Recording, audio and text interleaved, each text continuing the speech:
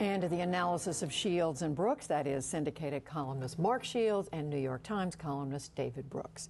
Welcome, gentlemen. It's good to have you here.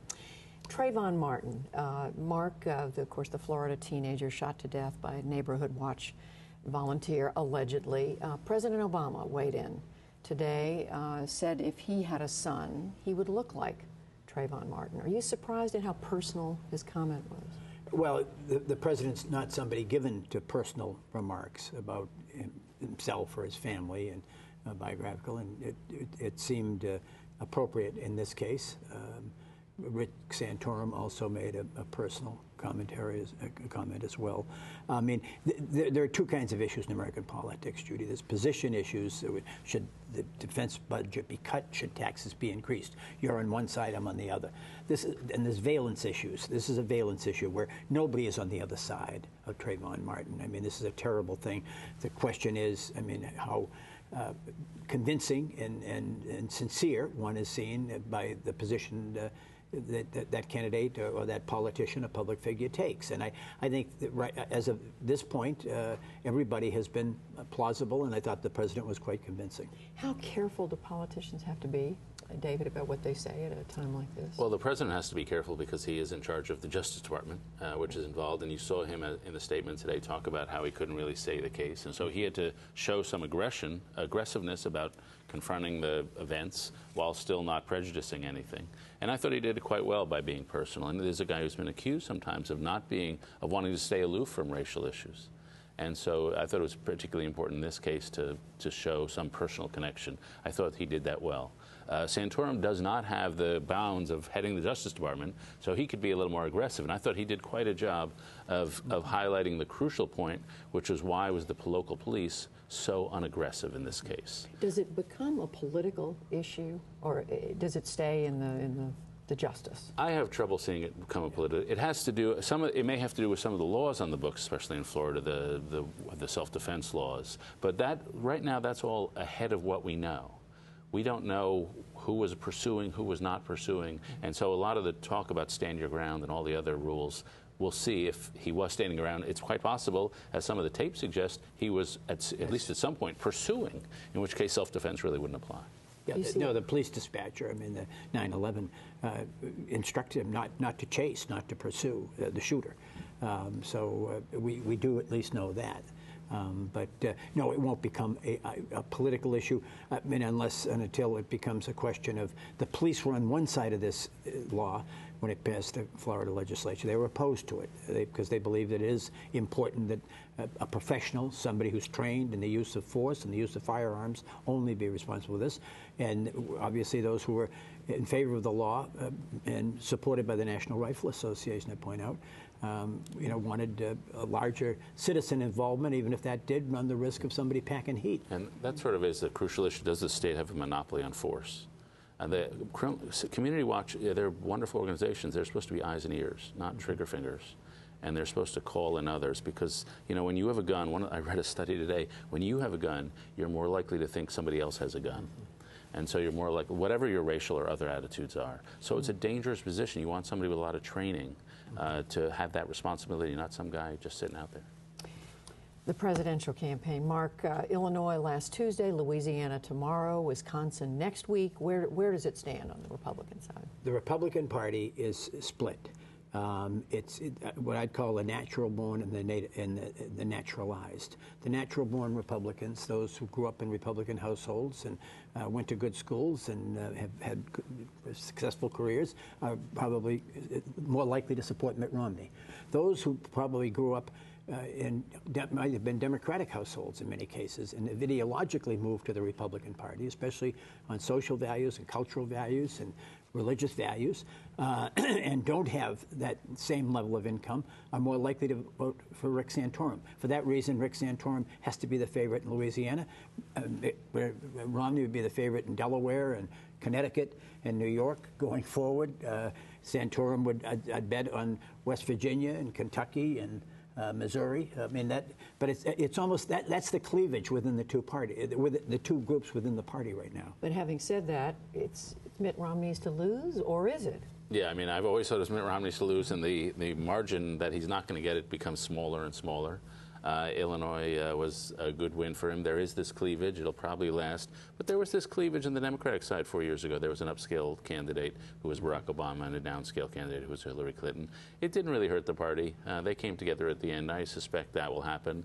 What is different is that Obama and Clinton, over the course of the primary season, their approvals stayed the same or even went up a little, and Romney's are like that. So that's the big difference. His negative has doubled since he entered the race. Romney's, and his favorable has stayed the same, at 28% in the Wall Street Journal NBC poll, and his negative has doubled. That isn't exactly, David's absolutely right. 4 years ago at this time, when Donnybrook between Hillary Clinton and Barack Obama was 49 to 34 favorable.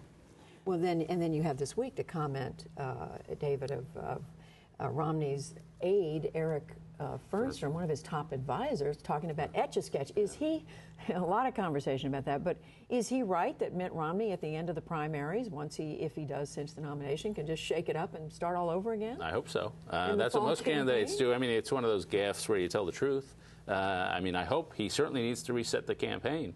And so I was very heartened to hear him say that because it suggests they really will restart the campaign, reset it, get some new theming, which is what they need to do. Now, the downside, obviously, is it plays into the key doubt people have about Romney. Does he believe in anything? And there are certain images that get locked in people's mind. For John Kerry, it was windsurfing. Once you give people, what the literary critics call an objective correlative, an image, an actual image to symbolize doubts, like the windsurfing or Michael Dukakis in the tank, if for Mitt Romney it's Etch-a-Sketch, something that's easily erased, well, then that gives people something concrete to hang their doubts on, and then it becomes sort of serious. George Herbert Walker Bush, the President of the United States in 1992, running for re-election at a supermarket checkout counter asking, what is the electronic scanner? Confirming to a lot of people the sense that he did not understand what was going on in their lives at the time, which became a problem. I agree with David. I think where I disagree is I don't think Mitt Romney can change. You can't flip-flop and then flip. I mean, he's already flipped on issues as important. You don't think he can reposition? He can't reposition. I mean, because then you really got a character problem. I mean, what he can calibrate, but he cannot in any way. This is a man who's already switched on abortion. He's already switched on gay rights. He's what's the third one? I sound like Rick Perry.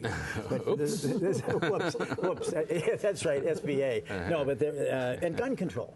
I mean, those are three in which he's already repositioned. So he can't flip, flop, and flip. I agree with David. The natural move is to go to the middle. And I just think he is where he is. He shouldn't be talking about this stuff. He should be talking about the economy, that I'm a guy who can turn around businesses, I can turn around the country, I can turn around the economy, but he cannot go revisit these. So David, you're saying he has to. Yeah, but he's not going to turn back on gay marriage or anything, but he can switch to what is his authentic self, which is management.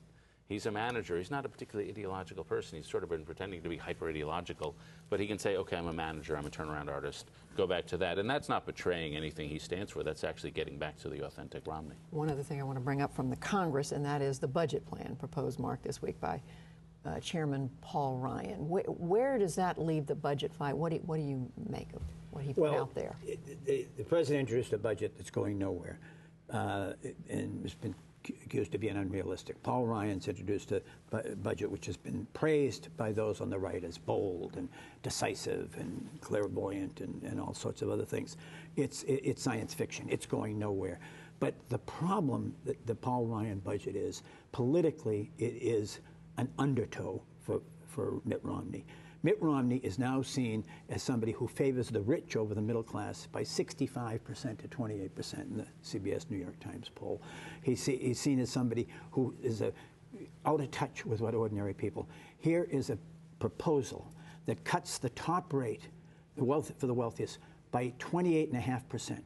Think of what kind of a tax cut it would be for Mitt Romney. I mean, he's going to be answering that. This is, you can talk about the cuts, and my goodness, isn't it terrific? All the cuts are visited upon basically people who are means-tested, people of lower and ordinary, and even less than ordinary income. And all the advantages go in terms of the tax side of it, to the best off. And I just think politically, as a document, it is a disaster for Republicans, and particularly for Mitt Romney, given his biographical problems. Is it that bad? You see Yeah, I have my doubts about it, but not in that way. I think one of the things it does, and the argument behind it, and I've debated Paul Ryan about this, is he thinks we're headed, and I think he's right about this, toward a fiscal catastrophe sometime in the next few years. And you might not like the cuts that go in the Ryan budget, but it gets us toward fiscal survivability. It does not balance the budget. It increases spending 3% a year. It does not shrink government. Government goes up by over $1 trillion in 10 years, but it gets us to avoid a fiscal catastrophe. And Ryan's argument is, you may not like all this, but at least I'm getting us to fiscal survivability. The Democrats aren't willing to propose a budget that gets us there, and therefore you got to take us seriously. And the political argument is we're going to treat the American people like adults. And I'm not sure that's going to work politically, but that's their argument.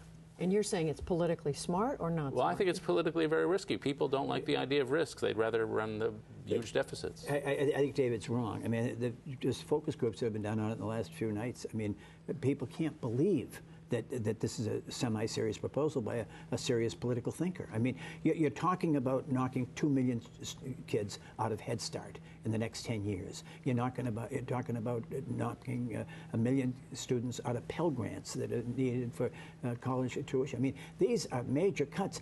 What Simpson-Bowles did was it said it can in no way increase the poverty level in the country or the economic inequality in the country. That has to be and it has to be both tax increases as well as spending cuts. This is all spending cuts, and somehow we're going to close tax loopholes, unspecified, unmentioned.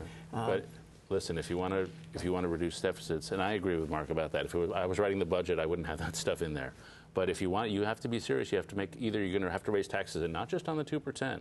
You got to raise taxes up and down. And if nobody's going to talk about that, at least Ryan is getting us a step toward some sort of talk, giving people a sense of what kind of responses, whether it's tax increases or spending cuts, we're going to have to take. I would spread it around differently, as Mark says, but at least he's getting us a step forward. What does Paul Ryan's budget plan mean for Mitt Romney's taxes in 2013?